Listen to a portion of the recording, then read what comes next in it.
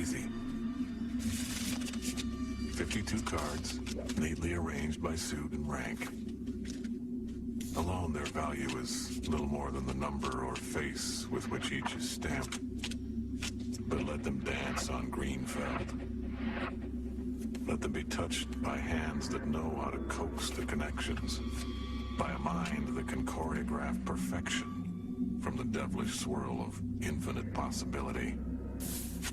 And suddenly, 52 separate soldiers become an unforgiving army of kings and queens, deuces and jacks, aces and nines. Then their value is measured in treasure, in hopes and hardship, in wasted lives, in broken men. Come on. It's easy. Let's play.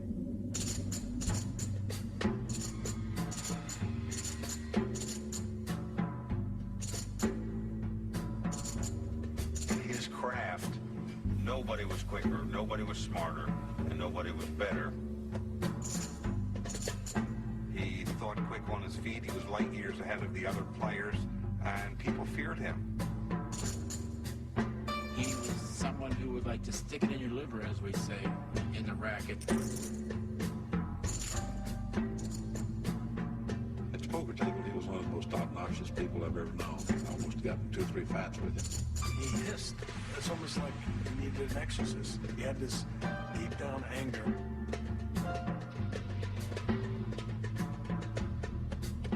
Away from gambling, he was totally a different person. He was the most gentle, caring. He just had the biggest heart. He was generous to a fault. Money just sifted through his fingertips just like sand through a timer. He would come in the house with rubber bands around $100 bills, and there'd probably be 20,000 in each, or 10,000, 10,000. He would supply the cocaine. At one time, he'd run in a huge rock the size of like a bowling ball. I was talking to him about the drugs. He said, I like what drugs do for me. You'd see him sometimes where he'd been up all night, his eyes are red and circles, and there's blood coming out of his nose. He just did things in a huge, huge way, whatever it was. Playing, snorting, nobody could keep up with him.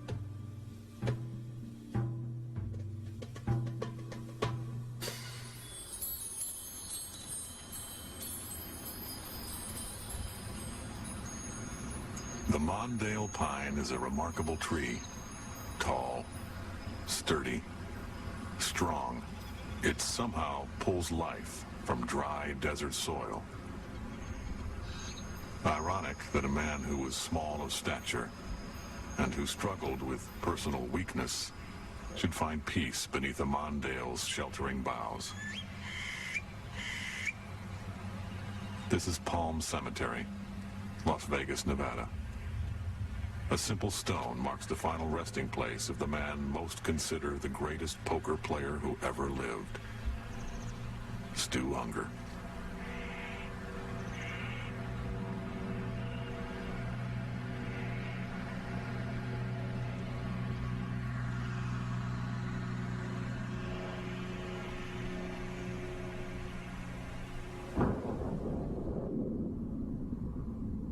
I don't think I'm gonna reach 65. Because I put a lot of wear and tear on myself.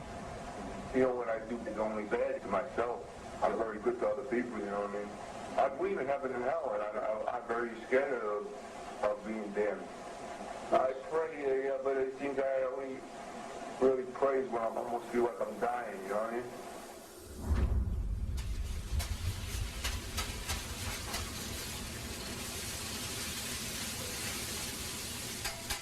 I don't think anybody is in his class. When you look at the number of major championships that this guy won in his career, it's mind-boggling. Back in the 80s, there were 2 events. There was Benion's World Series of Poker. There was Amarillo Slim Super Bowl of Poker. They all played them. Well, there's only one guy in the world who's ever won the main event at both the World Series and in the Super Bowl of Poker, and that was Stu Ungar, and he won them 3 times each. Only 45 when a cleaning lady found him dead in a cheap motel not far from the Vegas Strip. Well, I'm amazed that he lived as long as he did, looking back on it now, as big a cocaine user as he was in his day. Just 5'4", 110 pounds on a good day. I don't think Stu Ungar ever felt insecure or intimidated in any way by his stature. This kid may have been 5'4", but to him he thought he was 7'1" and played center for the New York Knicks. In terms of intellectual stature, in terms of stature as a gin player, as a poker player, he was a giant, and Stewie knew it. Ungar is the only person to win the World Series of Poker and the Super Bowl of Poker 3 times each. A bookmaker's son from New York's Lower East Side, he reveled in the wise guy image. Stewie was younger than I was. There was this young kid who would come into the card game, and he would just destroy everyone in the game. There was one particular game we were playing draw poker. When it came to bet, Stewie turned to us and said, "Oh, you have 4 to a flush, you have 2 pairs, probably middle pair, something like 8s and 9s," and it was 100% right. It got to the point where you'd wonder, are the cards marked or is someone tipping him off? And they weren't.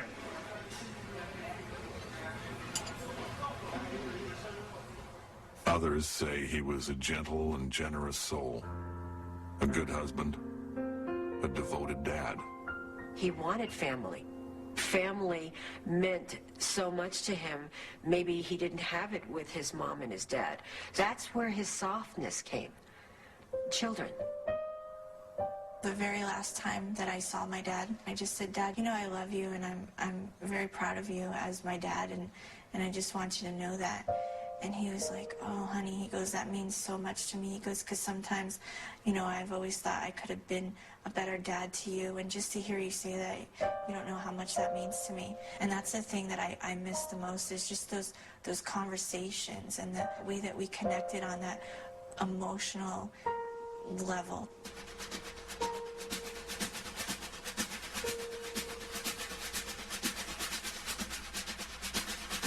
One thing that isn't argued is the fatal precision with which Ungar stalked the green felt of each and every card room he entered.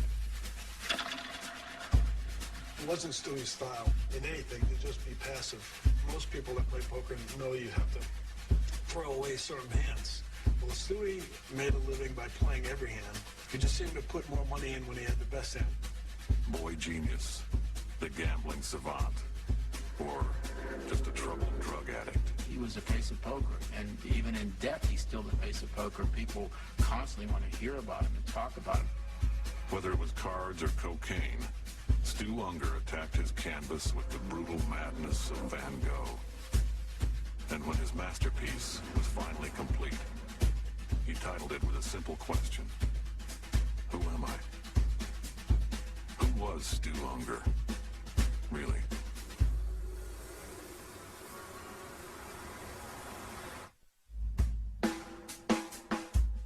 Some people approached me. They said, "We got a young kid in town that likes to play gin rummy. And I understand you play gin rummy, and we'd like to set up a game."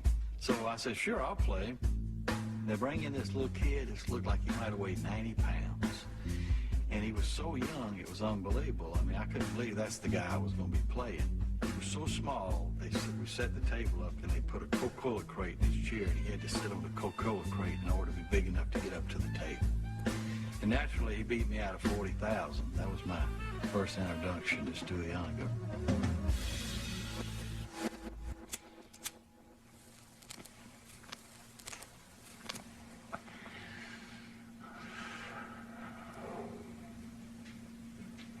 When I came here in '73, it was a very small town. Good old boy network. Small group of people who basically ran the whole town. Everybody knew everybody.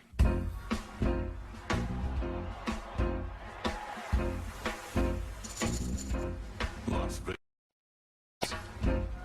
Sin City was in transition. The Rat Pack no longer ruled ruled the Strip, and the economic boom of the 80s had yet to begin. Everything was cash. Cash or comes. Nobody that I knew of paid by check. Nobody that I knew of used credit cards. Everybody paid by cash. Everybody had cash. The perfect place for someone whose only understanding of 9 to 5 is how it might bookend an inside straight. Stu Ungar rolled into town in 1974 and was immediately at home. He looked like a baby. Had a baby face. He was very hyper. He, you know, if he's sitting at a table, he was bouncing his leg, moving with his hands, or talking and getting up and walking around. Wondered if he was old enough to be in the casino, and I thought to myself, this just must be some rich kid. I didn't know that I was looking at the best gin rummy player that ever lived. When I first moved here, he told me he had put away $1 million in a vault. And I'm like, playing blackjack. And I'm like, wow. Eventually, Ungar was joined by his girlfriend, Madeline, and her young son, Richie.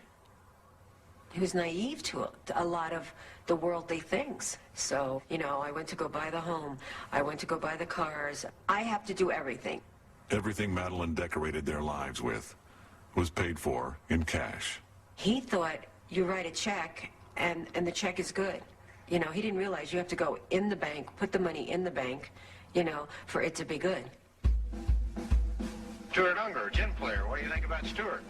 I think Stuart has what we call card sense. So he shows up in 1980 and plays in this World Series of Poker. This was only the second poker tournament he had ever played in before.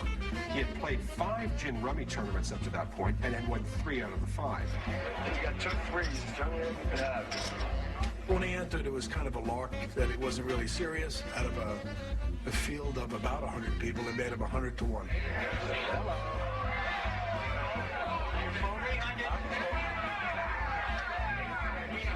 I recall very vividly that an Irish bookmaker changed his line after watching Stewie and just watching him at the different tables. Made him 20 to 1, just based on watching the guy's demeanor. You know, how confident he sounded.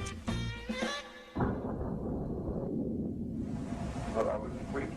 I know like the Bobby Fischer, I was freaky when I did. People would teach me a card game that I never played, and 2 days later I'd be better than them. At a card game they were playing for 30 years. In terms of freak of nature.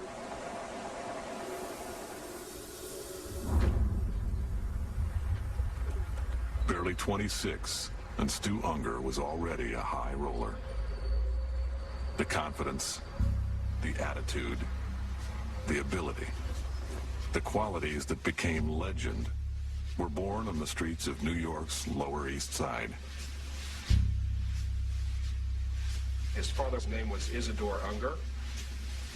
Isidore owned a bar on the Lower East Side of Manhattan.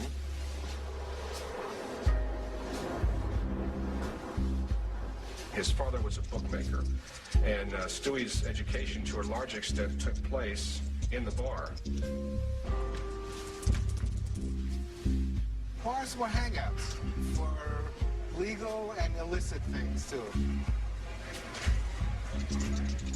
Bars are where the wise guys hung out, and there was a local bookmaker and numbers runner, and it was just a place to hang out.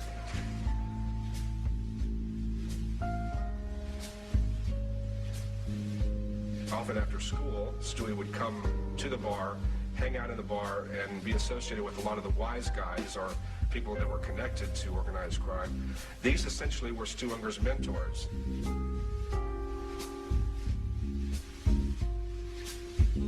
Stewie, by the time he was 7 or 8, was actually doing some of the books for his dad, which is a really remarkable thing. Stewie ends up being, in a sense, the kid bookmaker of the joint.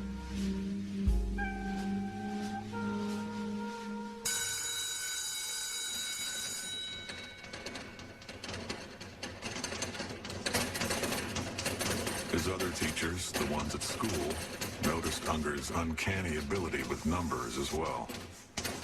Some suggested he was a genius. He skipped 7th grade because of his intellect. and then quit school in 10th grade, in spite of it.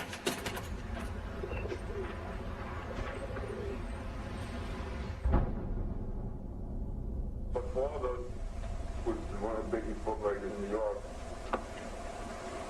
He was a millionaire, 1 million rent profit. The thing is, my father hated when I gambled, you know. And I was very afraid of my father. I wasn't afraid of my mother.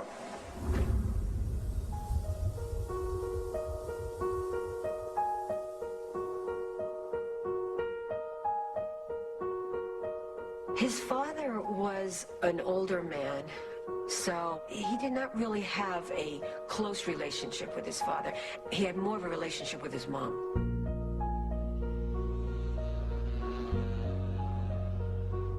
After Isidore Ungar died, Stu Ungar's parents became a bunch of wise guys. And all he knew was going around and playing in card clubs and being protected by a lot of the people in organized crime.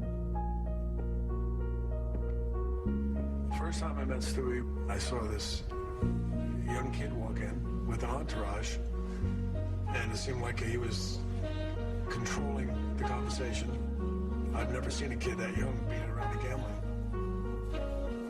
Those days he had a sweet innocence to him that disappeared along the way, let's say.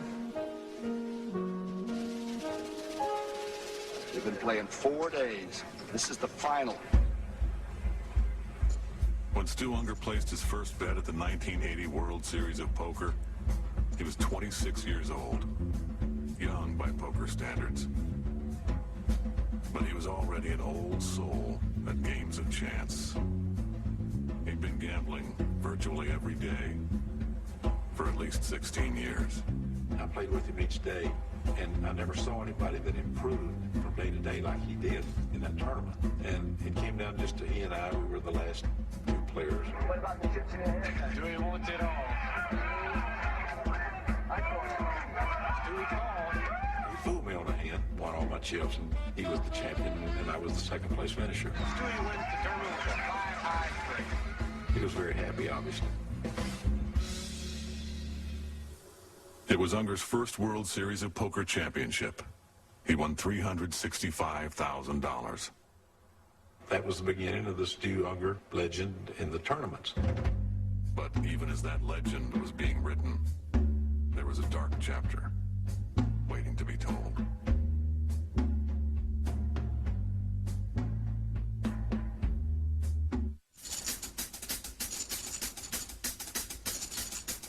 I was at Belmore Racetrack with a couple of poker players, including Stewie, and he is starting to bet with a guy known as the flipper.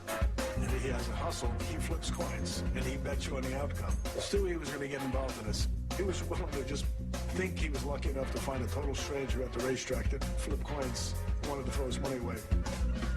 That's how Stewie was. Heads you win, tails you lose. Some people are born to live on the edge of that 50-50 blade. It was 1980. Stu Ungar had just won the World Series of Poker. He had a huge bankroll. His girlfriend Madeline and her son Richie had joined him. 2 years later, they were husband and wife. Richie was a main ingredient that kept us together, and he adored him. They played baseball, they played basketball, and my son was so appreciative to anything he did, and he would introduce everybody. This is my dad. This is my dad.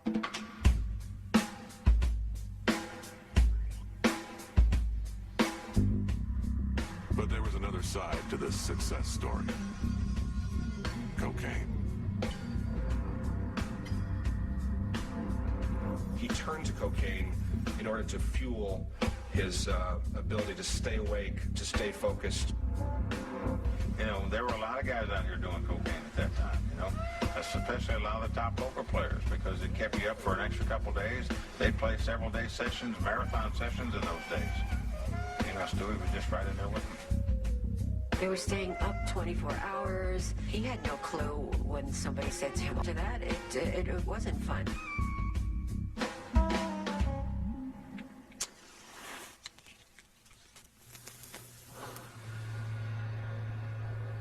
Faye Ungar's health was in serious decline throughout the 70s. Stu said he first tried cocaine because of that. His mother died in 1979. I never took a drink or did anything. I was the straightest kid you ever seen. I went over to some friends of mine house, and there was a vial of cocaine on the table. And I said, what is that? I've never seen it before. I'm trying to think of sometimes if that didn't happen an incident with my mother, is that I got involved with it at that point in my life.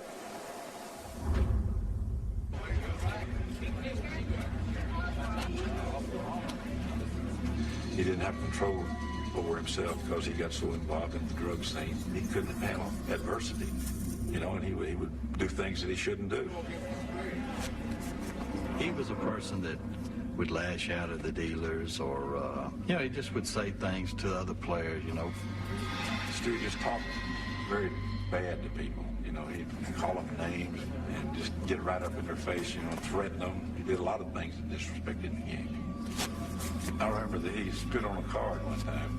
His up card was the card that would have won him the pot before. And he started spitting on the card and told the dealer, said, I'm out, dealer, I'm out. He was so out of line, cursing at the dealer, almost spitting at her. She came standing next to me in her street clothes, and I said, what happened? She goes, oh, I just quit. I said, what happened? She goes, I'm quitting because I'm going to kick his... The drug use may help explain Ungar's bizarre and often confrontational demeanor at the table. In spite of his cocaine use, Ungar proved that his 1980 championship was no fluke. See down at the end of the table that young man in the blue jacket, blue shirt? He's a story right now. He's a defending champ. He's only 27 years old. You had Doyle Brunson, Amarillo Slim, Bobby Baldwin. Great, great poker players, almost icons of the game, even at that time. And for Stu Ungar to win it once, a lot of people speculated, he got lucky. I lose the club? Yeah. And the queen does it. Queens and fours, the winning hand for Stu Ungar, and he repeats as the world champion of poker. And a child shall lead him. 27-year-old Stu Ungar has again won the world championship of poker 2 years in a row. I just waited out. I had a lot of bad streaks in. I tried to just hang on until I got one good streak and then play it out. I won $300,000 about an hour when I was down to $30,000. That was it.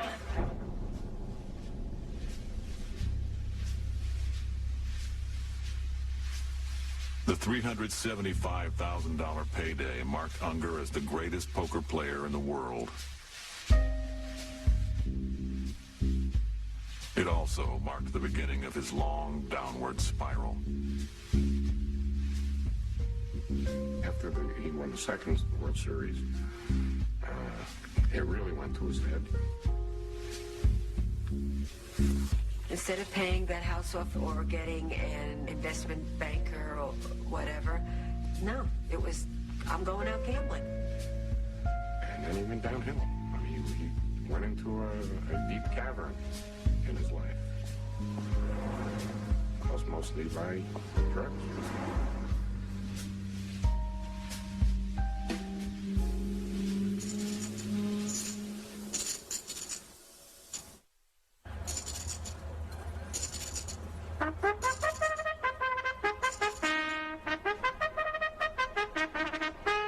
He had some bad beats like everybody encounters. He probably handled them better than most people I've ever seen. Bet $110,000 on a horse race, and the horses that he bet on were clear by probably 40 or 50 yards to the finish line, and the one horse broke its right front leg. It was a $110,000 loss. Within 20 minutes after that bad beat, he reappeared for the next race. And he simply said, you see what happened, Jimmy? I said, yes, Dewey. He said, how much can I bet on race 8? In my 31 years behind the counter, I had never seen anything that equaled that, and that was Stu Ungar. Action. For a gambler, that word has clear and distinct meaning. It's the movement of money from one bet to the next bet to the next, on and on without stop. It's a constant need to put something at risk. In this case, money. The more, the better. Stu Ungar loved action. He needed it. He did have an insatiable appetite for action. He was an action freak, as we say. Stewie was a losing sports and horse player. If he had $80,000 in his account, say it's a Saturday morning with a bevy of college football games going on, he would never stop betting until he exercised the whole $80,000. He bet everything all the time. One night, he came over to my house, and he sees the pool table. Billy says, let's play some pool. You play pool? You play pool? I said, well, Stu, you see the table. I said, but I hadn't played in years. He says, we'll play $5,000 a game. We start playing, and he couldn't play at all. I was just knocking the balls all over the table, and he loses about $70,000, $80,000 playing pool before he quit. That was just Stewie. In other words, he would just give his money away so often. He called me up one day. He said, "Man," he said, "you got to come over." He said, "I just won $140,000 this week." He said, "I got something for you." Went over to his apartment. Said, "How you doing?" He said, "Broke." He says, "Lost 140 and another 50 with it." The problem with Stewie was he never really understood the object of the game in terms of being a professional gambler. You know, and the object, of course, is to increase your bankroll, improve your lifestyle, and provide for your family. In 1982, family became a bigger focus in Ungar's life. He and Madeline were married that September. 2 months later, their daughter, Stephanie, was born. When Stephanie was born, he was just blown away. I mean, he just thought she was everything. And my son Richie idolized everything about Stewie. He idolized what he became. Richie would have loved to have been a gambler. They just loved each other. Those family bonds were tested by Ungar's endless need for action and cocaine. Anytime he was around and there was drugs around, everyone knew he was the meal ticket. At times there was a $1,000 a day cocaine habit. I can remember one time at the Dunes Hotel in Las Vegas, he was going up his room to get something. So I go up to the room. We walk in, the desk had a glass tabletop on it. And on the tabletop, all the way across the tabletop, it looked like somebody spilled a bag of salt or flour or something, you know. But I realized it was cocaine then. I thought, whoa, this guy's got a problem here. He had snorted so much of it, put it up his nose, that it had eaten the membranes in his nose away, and his nose just collapsed. He wore a pair of glasses to almost trick people into thinking his nose was different than what it was. He said he was going to get his nose fixed, but unfortunately what he did was he did not take the proper healing time, and he had his nose collapse from indulging again into cocaine. Turmoil and tragedy marked the rest of the decade. In 1986, Madeline filed for divorce. In 1989, he lost his son. What happened was Richie didn't come home that evening. He had gone over to the Hilton Hotel. He took the cable, and I guess he decided that this was it. In the parking lot, he took his life. He hung himself.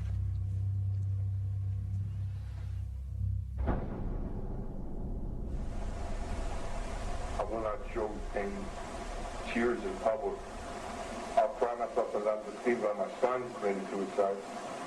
I never show any fear or anything, you know, in any circumstance, you know what I mean? It was guns to the head that was about my way.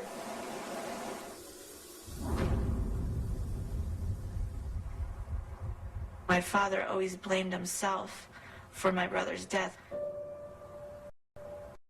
That if he would have just known that that's what he was, you know, that's how depressed he was, that's how upset he was, he would have handled things in a different way. I mean, he was just not the same after that.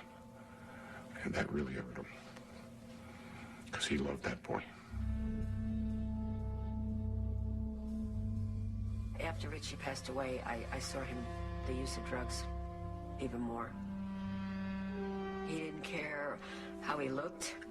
He didn't care how he ate. He just kind of became a recluse.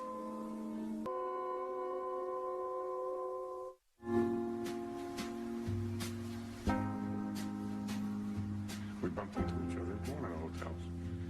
And he pulled me aside. He said, "You look terrible. What's the matter with you?" I said, "I'm having some problems at home." He went into his pocket and he handed me $10,000 in $100 bills. He said, "You need some money? Here." He said, "Whenever you can pay me back, pay me back. And if you don't pay me back, I don't care." And he walked away. Now, how many people do you know will do that for you?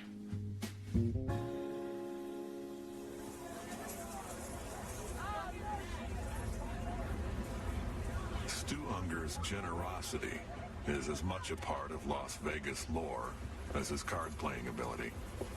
I remember we were walking down the street one time, and this guy came up behind us, said, "Stuart," said, "I'm broke," said, "Can you help me out?" Stuart took a $100 bill and just handed it up behind him, and the guy took it and went away. I said, "Stuart, who was that?" He said, "I don't know." I said, "If I'd known his name, I'd have given him 200. And that's the kind of person he was. Millions of dollars passed through his talented hands, and 2 World Series of Poker championships went into his trophy case. The only thing that matched his dramatic rise was his fall.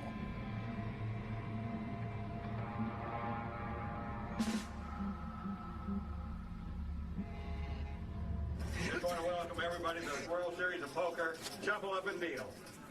By 1990, Stu Ungar was divorced, horribly addicted to cocaine, and haunted by his son's suicide. In a sense, Ungar brought as much negative baggage to the table as he did chips when he showed up at that year's World Series of Poker. I staked him. It was a $10,000 buy-in. And at the end of the first day, he was running away with the tournament. Had a big lead, had $70-something thousand worth of chips. So now they come back the second day, and I get a phone call from Eric Drake, who was the tournament director at the time. I asked everyone, had they seen him, had they heard from him, and then I knew what room he was staying in. I asked security to go up there. I saw him laying on the bed, kind of like in a side of a seizure, like his whole body tensing up. They hauled Stewie out of the Golden Nugget on a stretcher and put him in an ambulance. They took him to Sunrise Hospital. He did drugs the night before, and he had some kind of adverse reaction to them. He never showed up the second day. Didn't even finish the tournament. You know, you're talking about an icon in the poker world who just fallen to the lowest rung that you could fall on the ladder. It was very sad to see. Stu Ungar, who friends say always helped the down and out, was now one of the down and out himself.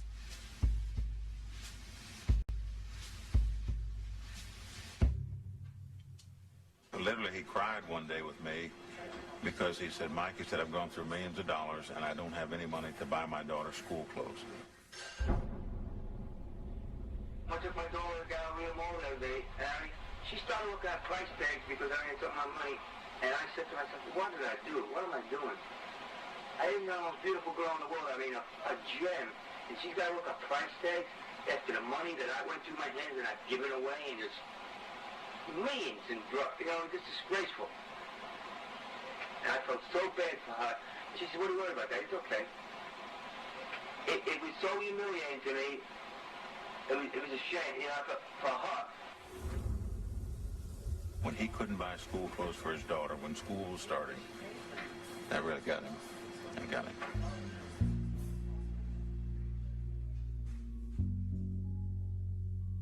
Given what he had become, what happened in 1997 is all the more amazing. He came to me, he was dead broke, and he wanted me to bankroll him. And And I turned him down. I said, Stuart, please, leave me alone. And he assured me he was clean as a whistle, he was ready to play, blah, blah, blah.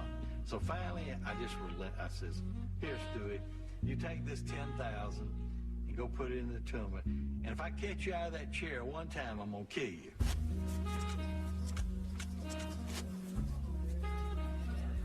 You know, he came in that first day high as a cat. Laxty grabbed him and sort of shook him. I said, Stu, you got to get through the day. I said, you're going to be fine with a night's sleep and the rest of the tournament, but you got to make it through the day. And he hung on and made it through the day and just sailed right down to the final table. This is it. Heads-up poker for hard cash between Stu the Kid Ungar and John Strip. Ungar wasn't alone on his journey to the championship table. In his pocket, next to his heart, was a picture of his daughter, Stephanie. He said that she was his inspiration.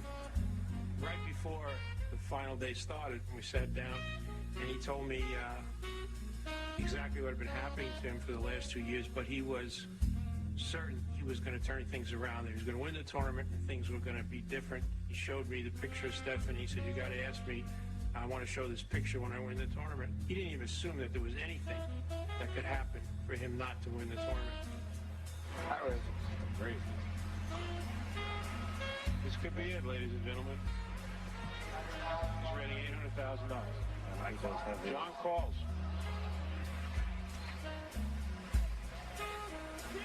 Yes. Deuce.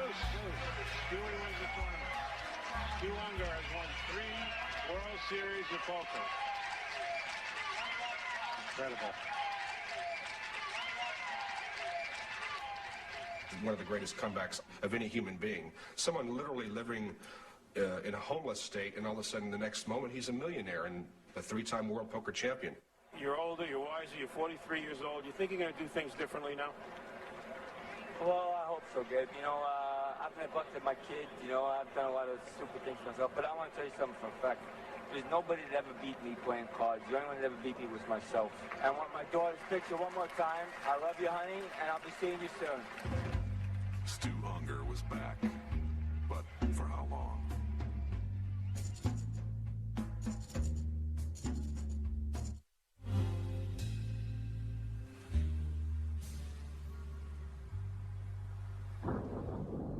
I used to go down to the racetrack when I was 10 years old. Go to the window and bet $50 a horse. I used to have to give the money to strangers to make the bet for me. Naturally, if another person would gamble like me, they would call me a degenerate gambler. But when you're successful at it, when you make your living at it, you go, well, you are a degenerate no more. You know?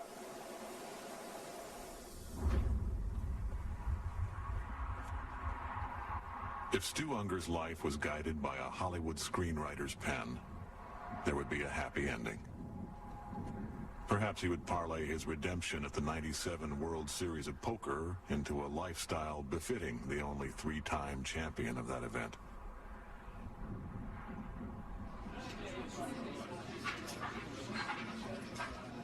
I believed so much that this really was a turnaround, because he said to me, you know, I'm clean.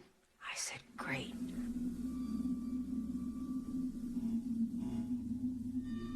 But Stu Ungar didn't live in Hollywood.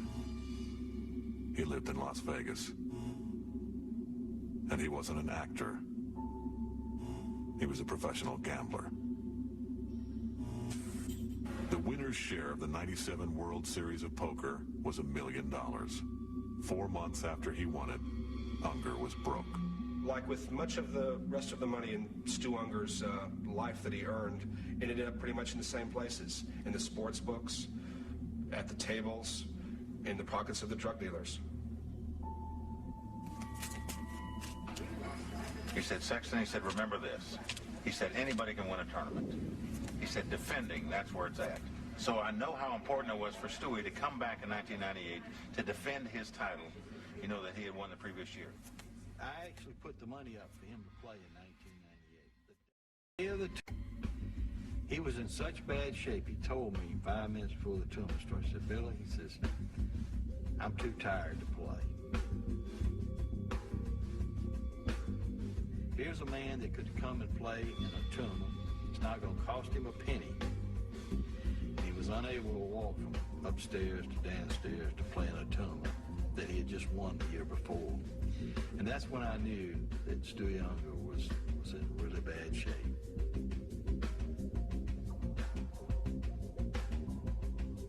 Over the course of the next few months, Ungar was arrested for possession of crack cocaine. The last time I saw my dad, I told him, I said, I don't want to have anything to do with you anymore. I said, I don't want to answer, I'm not going to answer my phone unless you are in drug rehab. I just was trying to play the hard role. Many of the high-stakes players, they all wanted to send him to rehab center, the nicest ones in the country. He didn't want to do it. You can't help people that don't want to help themselves. And I found that out through the years. And Stu didn't want to be helped.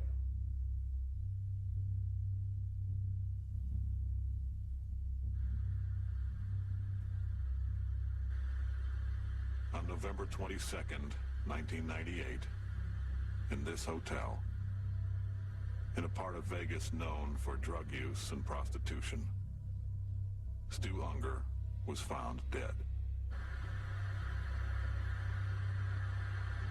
The great irony of Stu Ungar's location of death is the fact that all over Las Vegas for many years he had comp suites. He lived at Caesar's Palace for a time. He had credit lines of $1 million at the Dunes. He walked into most of these casinos throughout his life as royalty. To be there in that environment at the end of his life is really the great irony and the great tragedy. I got a phone call from Don McNamee. He said, Madeline, you need to sit down. And then he told me. It was hard. Somebody called me and said, the kid died. I said, okay, I mean, what are you going to do?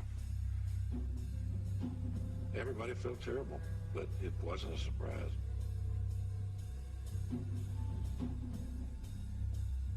The coroner's report indicated traces of cocaine, methadone, and a prescription painkiller in Ungar's system. But under cause of death, the reason cited was a heart condition brought about by years of abuse. I regret ever doing the tough love thing.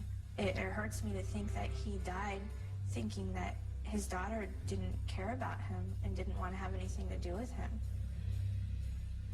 I wanted to tell him, no, I do still love you. I still want you in my life. That's why I'm doing this, because I want you so much, you know? So.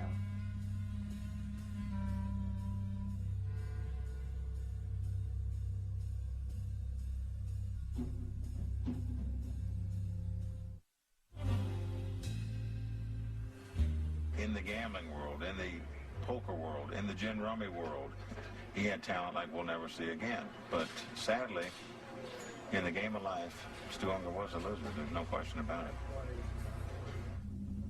Stu Ungar's self-portrait is a complicated canvas, painted with equally balanced strokes of genius, pain, and self-abuse.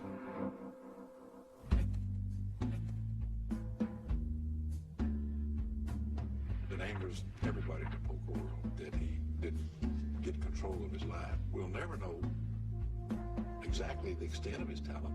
You know, no telling how good the guy might have been. The expansion of poker now and the popularity and the people making all this money, I mean, who knows what this kid would have been worth today in this environment. I just wish that he would have gotten through that era and gotten to this era. He would have been, wow, he would have been amazing. There's not a doubt in my mind, he would have been far and away the biggest superstar poker player that the world has ever seen.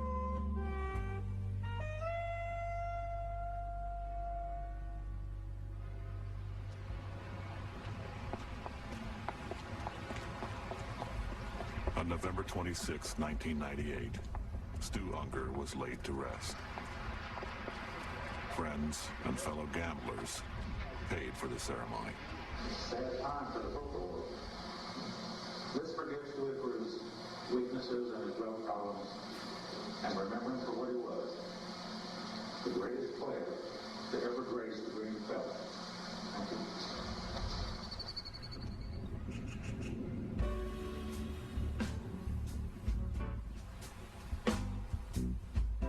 Stu Ungar never held what most people would call a real job. That said, it's been estimated he earned nearly $30 million in his gambling career. At the time of his death, all he had left was the $800 investigators found in his pocket. He was 45 years old.